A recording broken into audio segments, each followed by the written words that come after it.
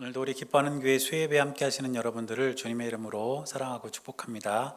다 함께 사도신경으로 우리 신앙을 고백하겠습니다.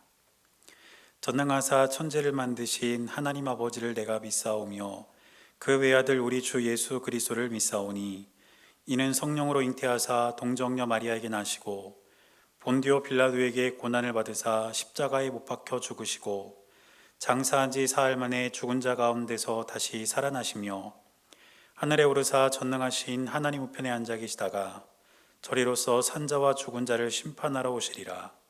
성령을 믿사오며 거룩한 공예와 성도가 서로 교통하는 것과 죄를 사하여 주신 것과 몸이 다시 사는 것과 영원히 사는 것을 믿사옵나이다. 아멘. 다 함께 찬송가 288장 찬양하겠습니다.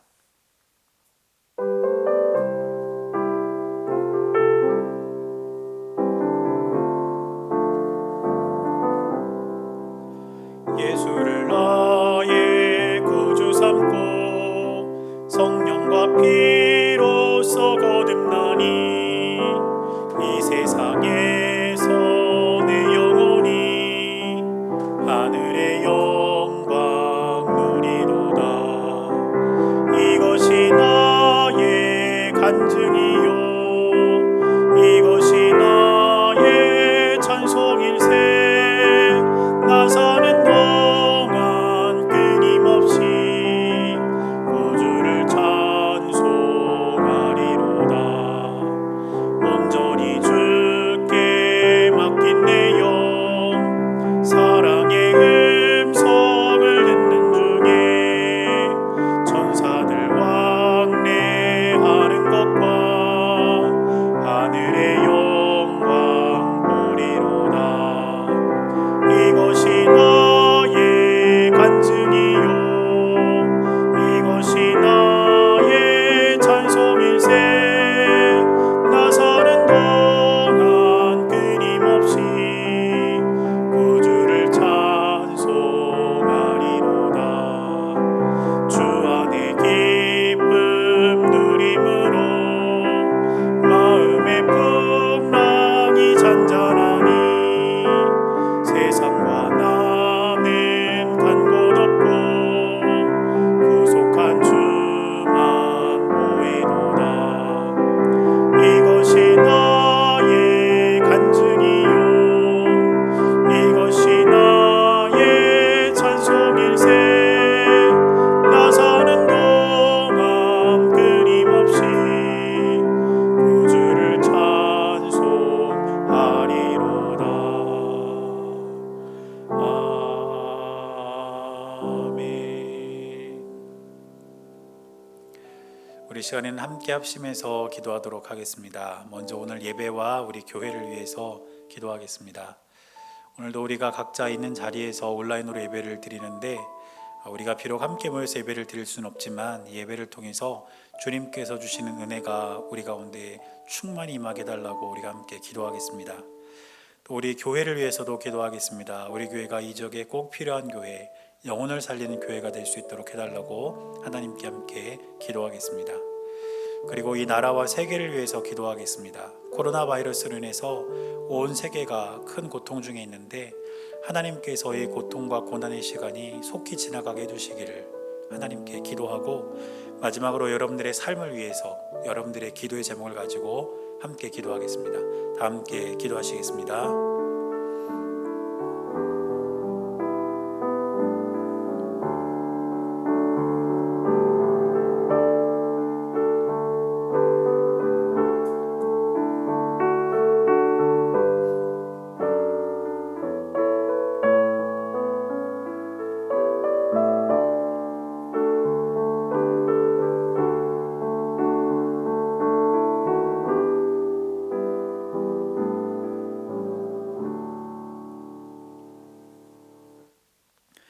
살아계신 하나님 감사합니다. 오늘도 우리를 예배 자리로 인도해 주시고 하나님께 예배를 드릴 수 있도록 함께 하시니 감사와 찬양과 영광을 드립니다.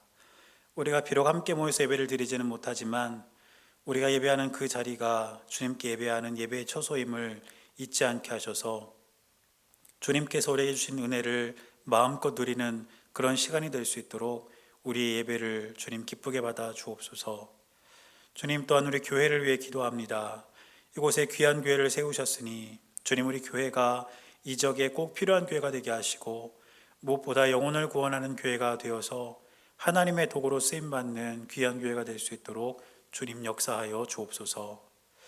하나님, 주님께서 함께 해주셔서 이 고통과 고난의 시기가 속히 지나가기를 원합니다. 우리나라를 비롯한 온 세계가 큰 어려움 중에 있는데 주님께서 은혜와 긍휼을 베풀어 주셔서 이 시간이 속히 지나가게 하시고 우리를 향한 하나님의 계획과 뜻을 또한 분별할 수 있도록 우리에게 지혜를 더하여 주옵소서.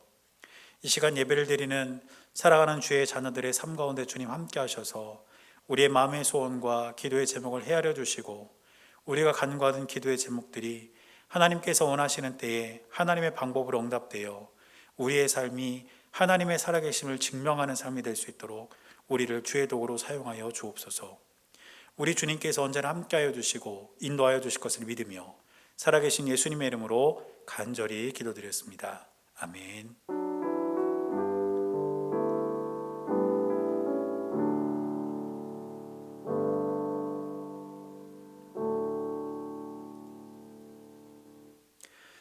오늘 우리에게 주시는 하나님의 말씀은 시편 38편 1절부터 22절까지 말씀입니다. 구약성경 시편 38편 1절에서 22절까지 말씀입니다. 제가 말씀을 봉독할 때 여러분도 함께 말씀을 보시기 바랍니다. 여호와여, 주의 노하심으로 나를 책망하지 마시고 주의 분노하심으로 나를 징계하지 마소서. 주의 화살이 나를 찌르고 주의 손이 나를 심히 누르시나이다. 주의 진노로 말미암아 내 살에 성한 곳이 없사오며 나의 죄로 말미암아 내 뼈에 평안함이 없나이다. 내 죄악이 내 머리에 넘쳐서 무거운 짐 같으니 내가 감당할 수 없나이다. 내 상처가 썩어 악취가 나오니 내가 우매한 까닭이로소이다. 내가 아프고 심히 구부러졌으며 종일토록 슬픔 중에 다니나이다. 내 허리에 열개가 가득하고 내 살에 성한 곳이 없나이다. 내가 피곤하고 심히 상하였음에 마음이 불안하여 신음하나이다. 주여, 나의 모든 소원이 주 앞에 있사오며 나의 탄식이 주 앞에 감추이지 아니하여나이다. 내 심장이 뛰고 내 기력이 쇠하여 내 눈의 빛도 나를 떠났나이다. 내가 사랑하는 자와 내 친구들이 내 상처를 멀리하고 내 친척들도 멀리 섰나이다. 내 생명을 찾는 자가 올무를 놓고 나를 해하려는 자가 괴악한 일을 말하여 종일토록 음모를 꾸미오나 나는 못 듣는 자같이 듣지 아니하고 말 못하는 자같이 입을 열지 아니하오니 나는 듣지 못하는 자 같아서 내 입에는 반박할 말이 없나이다. 여호와여, 내가 주를 바라사오니 내 주 하나님이 내게 응답하시리이다. 내가 말하기를 두렵건대 그들이 나 때문에 기뻐하며 내가 실족할 때 나를 향하여 스스로 교만할까 하였나이다. 내가 넘어지게 되었고 나의 근심이 항상 내 앞에 있사오니 내 죄악을 아뢰고 내 죄를 슬퍼함이니이다. 내 원수가 활발하며 강하고 부당하게 나를 미워하는 자가 많으며 또 악으로 선을 대신하는 자들이 내가 선을 따른다는 것 때문에 나를 대적하나이다. 여호와여, 나를 버리지 마소서. 나의 하나님이여, 나를 멀리하지 마소서. 속히 나를 도우소서. 주 나의 구원이시여. 아멘.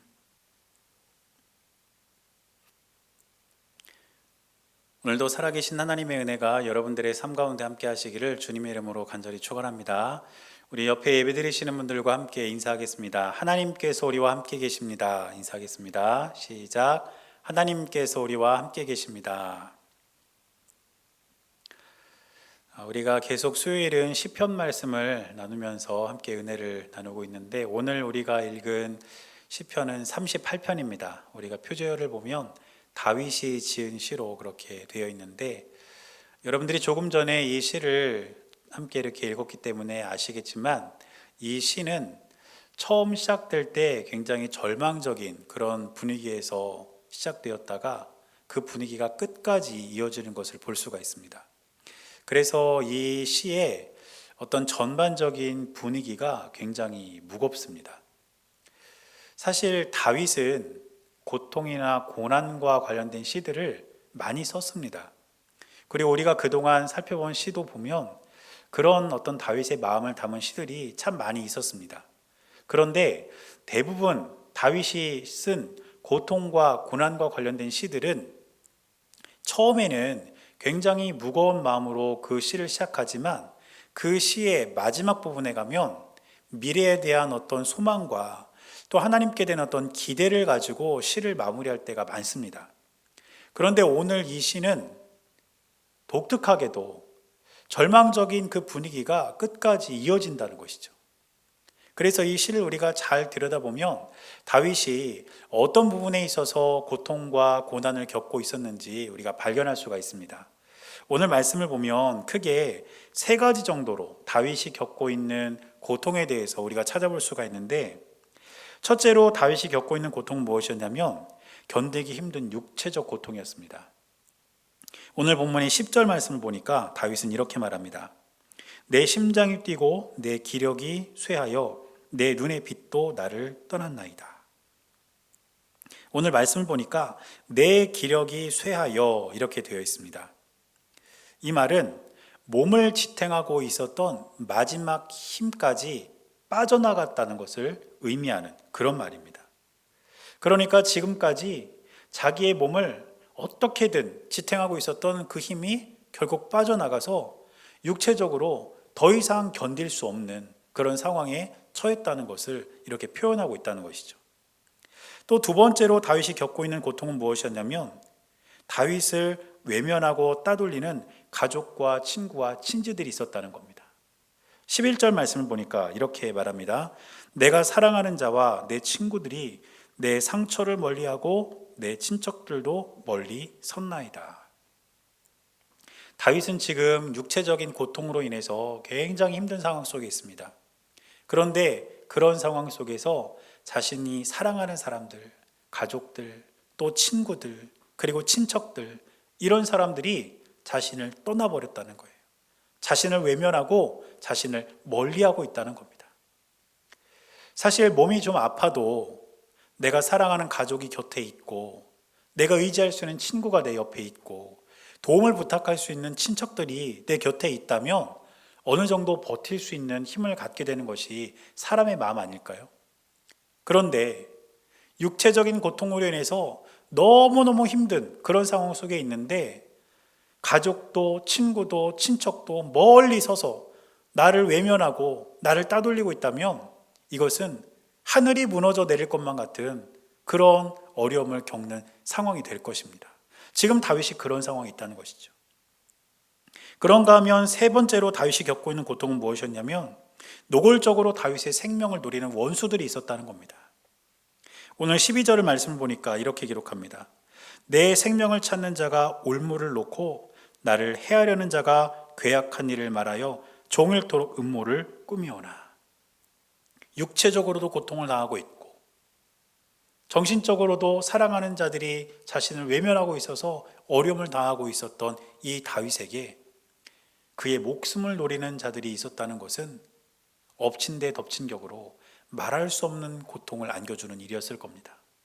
이처럼 다윗은 육체적으로 또 정신적으로 그리고 외적으로 너무너무 어려운 고통과 근심에 쌓인 그런 상황에 지금 처해 있다는 것이죠. 그런데 여러분, 다윗만 그럴까요? 우리도 이 세상을 살아가면서 끝없는 고통의 시간 속에서 살아갈 때가 있지 않습니까? 그 고통의 끝이 어디라고 우리가 알 수만 있다면 어떻게든 견뎌보겠는데, 사실 우리가 겪고 있는 고통과 우리가 겪고 있는 그 어려움의 끝을 우리는 모를 때가 훨씬 더 많다는 것입니다. 그래서 하루하루 아픈 내 몸을 부여잡고 상처받은 내 마음을 부여잡고 살아가고 있는 것이 우리의 삶의 모습 아니겠습니까? 그런데 이러한 것들이 우리가 이 땅을 살아내며 겪어야 할 일들이라면 과연 우리는 이렇게 끝없는 고통의 시간 속에서 어떤 삶의 태도를 갖는 것이 우리 삶에 유익이 되고 하나님께 영광이 되는 삶일까요? 우리의 고통의 시간이 끝없이 계속된다 해서 좌절하고 낙심하고 주저앉아 있는 것만이 능사가 아니라 어떻게 하면 우리의 삶을 다시 일으켜 세울 수 있을지, 어떻게 하면 나에게 조금이라도 유익이 되는 삶이 될 수 있을지를 우리가 기억하며 살아야 되지 않겠습니까? 그래서 오늘은 이 본문을 통해서 우리가 끝없는 고통의 시간 속에서 과연 어떻게 살아가야 할까 몇 가지 신앙적인 교훈들을 한번 찾아보려고 합니다. 첫째로 우리가 끝없는 고통의 시간 속에서 우리는 우리 자신의 삶을 돌아봐야 합니다. 오늘 본문을 읽어보면 다윗은 자신이 겪고 있는 고통 가운데 특별히 육체적 질병으로 인한 그런 고통에 대해서 많은 부분을 할애하고 있는 것을 우리가 알 수 있습니다. 그리고 다윗은 그것이 바로 자신의 죄로 인한 것이라고 여기고 있습니다.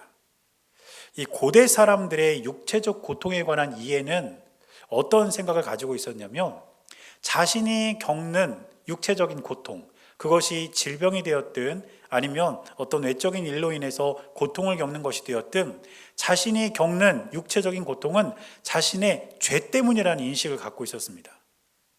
그러니까 자신이 어떤 질병에 걸렸든지 혹은 어떤 사고로 인해서 육체적인 고통을 당하든지 이런 일이 발생이 되면 이건 내 죄 때문이야.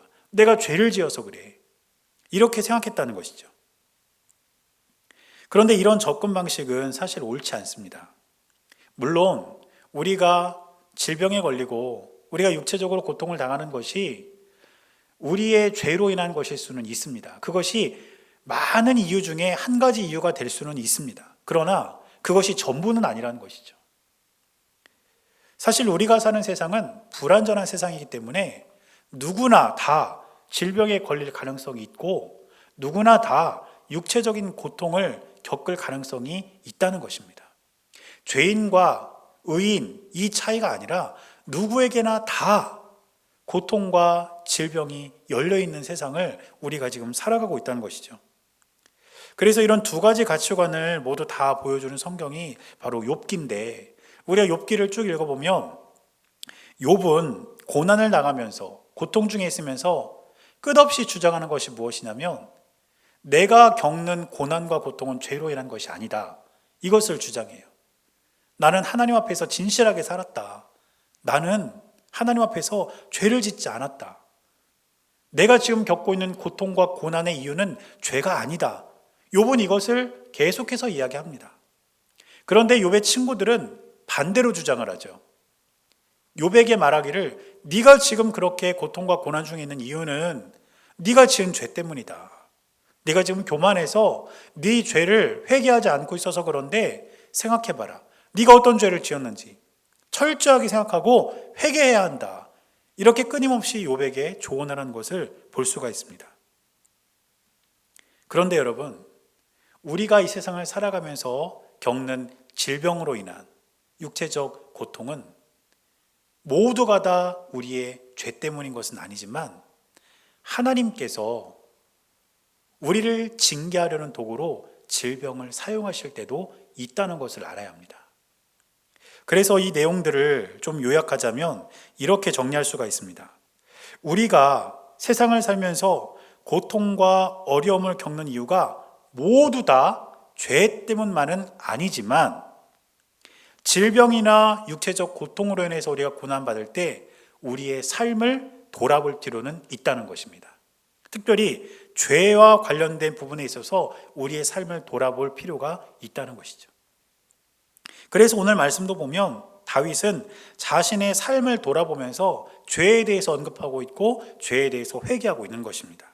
오늘 본문의 3절을 보니까 다윗은 이렇게 말합니다. 주의 진노로 말미암아 내 살에 성한 곳이 없사오며 나의 죄로 말미암아 내 뼈에 평안함이 없나이다. 지금 다윗은 자신의 삶에 고통과 고난이 찾아온 이유가 자신의 죄 때문이라고 말하고 있어요. 이것은 무엇을 뜻할까요? 다윗은 자신의 죄에 대해서 자각하고 있다는 겁니다. 자신의 삶을 돌아봤더니 다윗이 하나님 앞에서 지은 죄가 분명히 있고 아직 회개하지 않은 죄가 있다는 것을 다윗이 자각하고 있다는 것을 뜻하는 거예요. 그래서 이어지는 4절을 보면 다윗은 또 이렇게 말합니다. 내 죄악이 내 머리에 넘쳐서 무거운 짐 같으니 내가 감당할 수 없나이다. 자신의 죄가 너무 커서 자신이 감당할 수 없을 정도라고 지금 다윗은 고백하고 있는 거 아닙니까?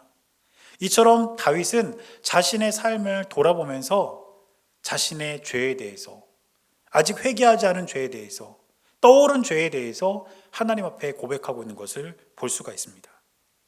그러므로 죄의 문제를 해결하는 것은 우리에게 굉장히 중요합니다.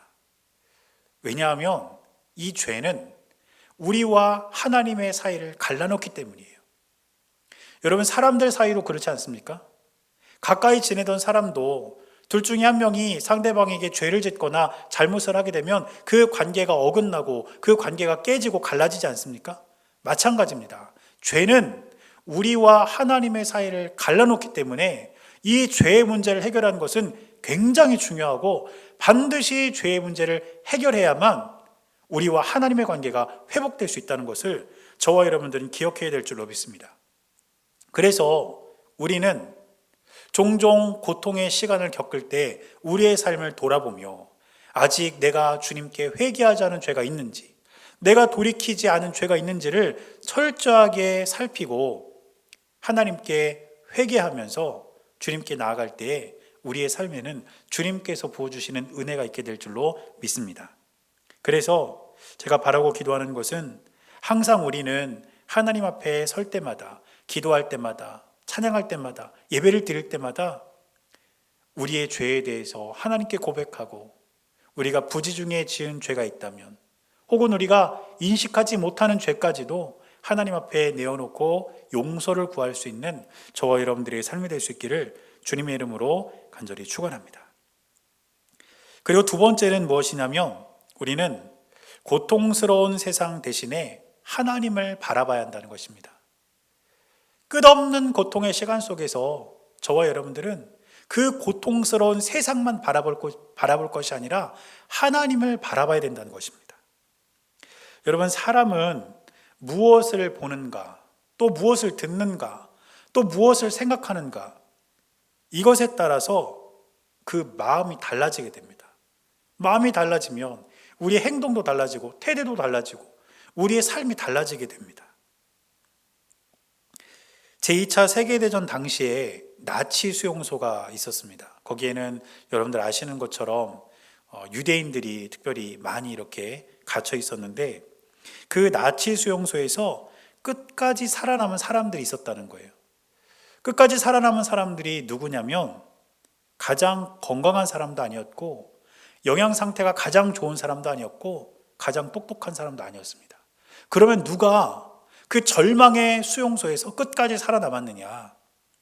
누가 그곳에서 끝까지 살아남았냐면 살아야 한다는 절실한 이유가 있는 사람, 그리고 훗날 삶에 대한 목적을 분명히 갖고 있는 사람, 그 사람이 끝까지 나치 수용소에서 살아남았다는 거예요.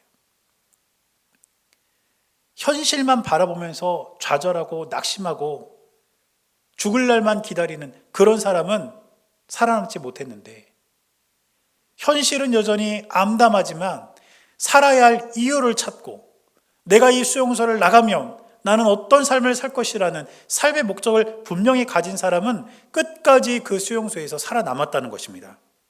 그래서 빅터 프랭클이라는 분이 이런 말을 했습니다. 이분은 정신과 의사이자 아우슈비츠 그 수용소에 수용되어 있던 분이었는데 이런 이야기를 했어요. 한 인간에게서 모든 것을 빼앗아갈 수는 있지만 어떤 상황에 놓이더라도 삶에 대한 태도를 선택할 수 있는 자유를 빼앗아갈 수는 없다. 다시 말하면 살아가는 삶의 환경 속에서 내가 고통 가득한 세상을 바라보느냐, 아니면 나를 붙들고 계시는 하나님을 바라보느냐, 그 선택권은 우리에게 있다는 거예요. 그리고 우리가 고통스러운 세상만을 바라보고 좌절하고 실망할 것이 아니라 하나님을 바라볼 수 있다면 주님은 저와 여러분들의 삶을 반드시 붙들어 주실 줄로 믿습니다. 그래서 다윗도 오늘 15절 말씀을 보니까 고통스러운 세상만을 바라본 것이 아니라 하나님을 바라보겠다고 선언하고 있습니다. 15절을 보면 다윗은 이렇게 말합니다. 여호와여, 내가 주를 바라사오니 내 주 하나님이 내게 응답하시리이다. 지금 다윗은 고통스러운 세상 한복판이 있었지만 세상을 바라보는 것을 선택한 것이 아니라 하나님을 바라보는 것을 선택했습니다. 사랑하는 여러분, 저와 여러분들도 그렇게 될 수 있기를 축복합니다. 우리가 사는 세상이 끝없는 고통이 이어지는 세상일지라도 우리는 그 세상만을 바라보면서 좌절하고 낙심할 것이 아니라 그럼에도 불구하고 지금 내 손을 잡고 계시는 주님을 바라보고 하나님을 의지하며 오늘도 믿음으로 살아낼 수 있는 저와 여러분들이 될 수 있기를 주님의 이름으로 간절히 축원합니다. 여러분, 세상은 사실 언제나 우리가 넘을 수 없는 벽으로 막혀있을 때가 너무너무 많아요. 하지만 그 벽만 우리가 바라보고 있으면 어떤 일도 일어나지 않습니다. 그런데 여러분, 그거 아십니까? 성경에 보면 기적과 은혜가 일어나는 시점은 세상을 바라보고 좌절할 때가 아니라 그 세상 너머에 계신 더 큰 하나님을 바라보고 믿음으로 일어날 때 기적이 일어나고 은혜가 임한다는 것입니다. 질병과 가난과 우울감과 스트레스와 이와 같은 세상의 벽으로 인해서 우리의 고통이 끊임없이 이어지는 그러한 삶 한복판에 우리가 지금 있을지라도 저와 여러분들의 시선은 이 세상에 고정되어 있지 않기를 바랍니다. 우리가 믿는 하나님, 여전히 살아계신 하나님, 우리와 함께 하시는 하나님, 우리를 오늘 여기까지 이끌어 주신 하나님, 그 하나님께 우리의 시선을 고정하고 주님을 믿음으로 바라봄으로써 하나님의 은혜와 사랑을 기대하는 저와 여러분들의 삶이 될 수 있기를 주님의 이름으로 간절히 축원합니다. 그리고 마지막으로 세 번째, 우리는 끝없는 고통의 시간 속에서 하나님께 기도해야 합니다. 사실 하나님을 바라본다는 것은 기도한다는 겁니다. 우리가 이런 고통의 시간을 겪다 보면 사실 기도할 힘조차 잃어버리는 그런 때가 있지 않습니까? 저도 그랬던 것 같아요. 제가 정말 이 마음이 바닥까지 내려앉아 있을 때, 정말 내일은 내가 살 수 있을까? 이런 생각을 하며 하루하루를 견디며 버티며 살아갈 때는 사실 기도할 힘조차 안 나오더라고요. 그런데 여러분, 참 아이러니하게도 그때 가장 필요한 게 바로 기도입니다. 저 역시 그것을 깨닫고 기도할 힘조차 없을 그때에 기도를 통해서 다시 회복되는 그런 경험을 한 적이 있습니다. 그러므로 고통과 고난의 시간을 지날수록 우리는 기도해야 될 줄로 믿습니다. 오늘 이 시를 보면 다윗도 하나님께 그렇게 기도하고 있습니다. 오늘 본문의 21절과 22절 말씀을 보면 다윗은 세 가지 기도를 하나님께 드리고 있는데, 먼저 말씀을 읽어보면 이렇게 기록되어 있습니다. 여호와여, 나를 버리지 마소서. 나의 하나님이여, 나를 멀리하지 마소서. 속히 나를 도우소서. 주 나의 구원이시여. 다윗의 기도는 뭡니까? 첫째, 버리지 마소서. 둘째, 멀리하지 마소서. 셋째, 나를 도우소서. 이것이 다윗의 기도였습니다. 지금 다윗은 이 세 가지 기도로 자신에게 있는 어떤 마지막 힘까지 쥐어짜면서 하나님께 간구하고 있는 것을 볼 수 있는데, 버리지 말아달라는 이 기도는 어떤 기도일까요? 지금 다윗은 자신의 죄로 인한 질병과 또 그것으로 인한 고통 중에 있지만 하나님께서 자신을 잡고 계신다는 것을 분명히 알고 있었어요. 그래서 다윗은 그렇게 자신을 잡고 있는 그 하나님의 손을 놓지 말아달라고 하나님께 지금 간절한 마음으로 구하고 있는 것입니다. 여러분, 우리가 비록 고통과 어려운 시간을 보내고 있지만 그럼에도 불구하고 우리가 여전히 살아갈 수 있는 것은 주님이 저와 여러분들을 놓지 않고 계시기 때문입니다. 그런데 만일 주님이 그 손을 놓으신다면, 물론 그러지 않으시겠지만 놓으신다면 우리에게는 희망이 없어요. 가망이 없습니다. 그래서 다윗은 젖먹던 힘까지 쥐어짜내면서 하나님, 나를 버리지 마시옵소서. 나를 잡고 있는 하나님의 그 손을 놓지 마시옵소서. 이렇게 지금 기도하고 있는 것 아닙니까? 우리에게도 이 기도가 필요한 줄로 믿습니다. 비록 우리가 살아가고 있는 이 세상은 고통과 어려움이 계속 반복되는 세상이지만, 그러나 주님이 저와 여러분들을 붙잡고 계시기에, 우리의 손을 끝까지 놓고 계시지 않기에 우리는 오늘까지 살아올 수 있었음을 고백하면서 하나님, 내 손을 놓지 마십시오. 나를 버리지 말아 주십시오. 우리가 이렇게 기도할 수 있는 은혜가 우리 모두에게 있게 되시기를 바랍니다. 그리고 다윗이 두 번째로 기도하는 것은 무엇입니까? 멀리하지 말아달라는 거예요. 조금 전에 말씀을 전하면서 다윗은 사람들에게 소외당하고 있었고 공격받고 있었다고 그렇게 말씀드렸습니다. 가족들에게, 친구에게, 친척들에게 다윗은 지금 소외당하고 있었습니다. 또 다윗의 대적들은, 다윗의 원수들은 다윗의 목숨을 노리면서 호시탐탐 기회를 노리고 있었습니다. 그런데 그렇게 다윗 주위에 있었던 사람들조차 멀어지고 자신을 공격하고 있는 그런 상황 속에서 다윗의 기도는 뭘까요? 하나님, 사람들은 나를 멀리하지만 하나님은 나를 멀리하지 말아 주십시오. 나와 동행해 주십시오. 나와 함께 해 주십시오. 내 옆에 계셔 주십시오. 나를 지켜 주십시오. 나와 떨어져 있지 마십시오. 이것이 지금 다윗이 하나님께 드리는 기도입니다.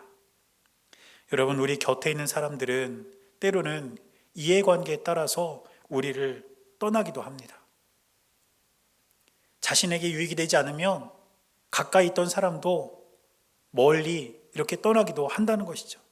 그러나 하나님은 언제나 우리와 함께 하신다는 사실을 잊지 마시기를 바랍니다. 그래서 사람들은 떠날지라도 하나님, 나와 함께 계셔달라고, 나와 멀리하지 말아달라고 우리가 주님께 기도하면서 늘 우리 하나님과 믿음으로 동행하며 살아가는 저와 여러분들의 삶이 될 수 있기를 축복합니다. 그리고 마지막 세 번째 다윗의 기도는 무엇입니까? 나를 도우소서. 지금 다윗이 하나님께 기도하는 것은 자신을 도울 수 있는 유일한 분은 하나님 한 분밖에 없다는 것을 알고 기도하는 겁니다. 우리도 그렇습니다. 우리가 이 세상을 살아가면서 서로 돕고 의지하면서 우리가 살아가고는 있지만 궁극적으로 우리의 도움이 될 수 있는 분은 하나님 한 분밖에 안 계십니다. 그러므로 오늘 저와 여러분들의 기도에도 이 기도가 빠져서는 안 되는 것입니다. 하나님, 나를 도와주십시오. 우리 가정을 도와주시고 내 사업을 도와주시고 내 직장생활과 내 학업과 우리 교회와 내가 살아가는 모든 삶의 환경 속에서 하나님, 나를 도와주십시오. 주님의 그 도움의 손길이 없으면 한순간도 내가 설 수 없습니다. 이 도움의 기도가 저와 여러분들의 입술에 있기를 주님의 이름으로 간절히 축원합니다.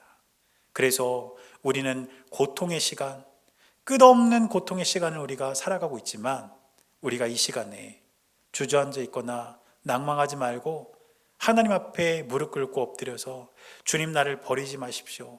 나를 멀리하지 마십시오. 나를 도와주십시오. 이렇게 기도하면서 주님께 나아갈 수 있는 저와 여러분들이 될 수 있기를 주님의 이름으로 간절히 축원합니다. 사랑하는 여러분, 누구에게나 사실 고통의 시간은 다 있습니다.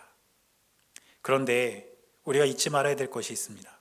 그게 뭐냐면 이 시간을 어떻게 보내느냐에 따라서 그 삶의 결과는 달라질 수 있다는 거예요. 제가 간절히 바라고 기도하는 것은 오늘 말씀을 통해서 우리가 살펴봤던 것처럼 먼저 우리가 우리의 삶을 돌아보면서 특별히 죄의 문제에 있어서 아직 해결되지 않은 것들이 있다면 하나님께 철저히 회개하고 돌이킬 수 있는 그런 저와 여러분들이 될 수 있기를 바랍니다. 그런가 하면 고통스러운 세상에서 우리가 살고 있지만 세상만을 바라보는 것이 아니라 우리 하나님만을 바라볼 수 있는 저와 여러분들이 될 수 있기를 바랍니다. 그리고 마지막으로 우리가 하나님을 바라보면서 다윗이 드렸던 그 세 가지 기도를 우리가 기억하면서 주님, 나를 멀리하지 마십시오. 주님, 나를 버리지 마십시오. 주님, 나를 도와주십시오. 이렇게 기도하며 하나님께 나아갈 때에 우리 주님께서 저와 여러분들에게 주시는 은혜를 누리며 살아가는 복된 삶이 우리 모두에게 있게 되시기를 주님의 이름으로 간절히 축원합니다. 기도하겠습니다. 사랑하는 주님, 우리가 불완전한 세상을 살아가면서 끝없는 고통의 시간 속에 있지만 우리가 좌절하거나 낙심하지 않게 하시고 우리가 이 땅에서의 삶을 살아가며 먼저 우리의 삶을 돌아보고 아직 해결되지 않은 죄의 문제가 있다면 주님께 철저히 회개할 수 있도록 우리 삶을 인도하여 주옵소서.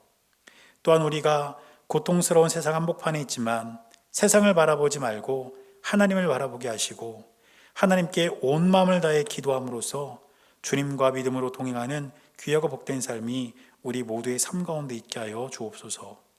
우리 주님께서 언제나 함께해 주실 것을 믿으며 살아계신 예수님의 이름으로 간절히 기도드렸습니다. 아멘. 다 함께 찬송가 536장 찬양하겠습니다.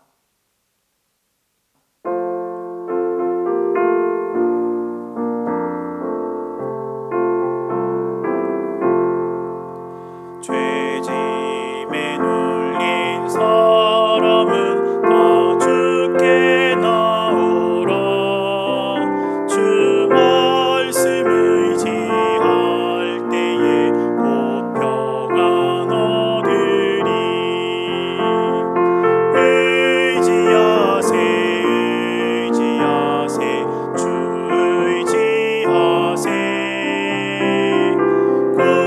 구하시네 구하시네 곧 구하시네. 참 구원 주신 주께서 보혈을 흘렸네. 눈같이 희게 할 피에 온몸을 잠그세.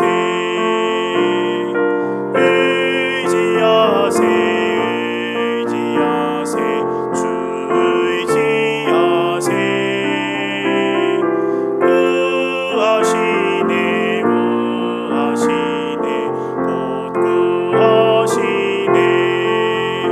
길 되신 우리 구세주 늘 인도하시네. 너 지체 말고 믿으면 참 복을 받겠네.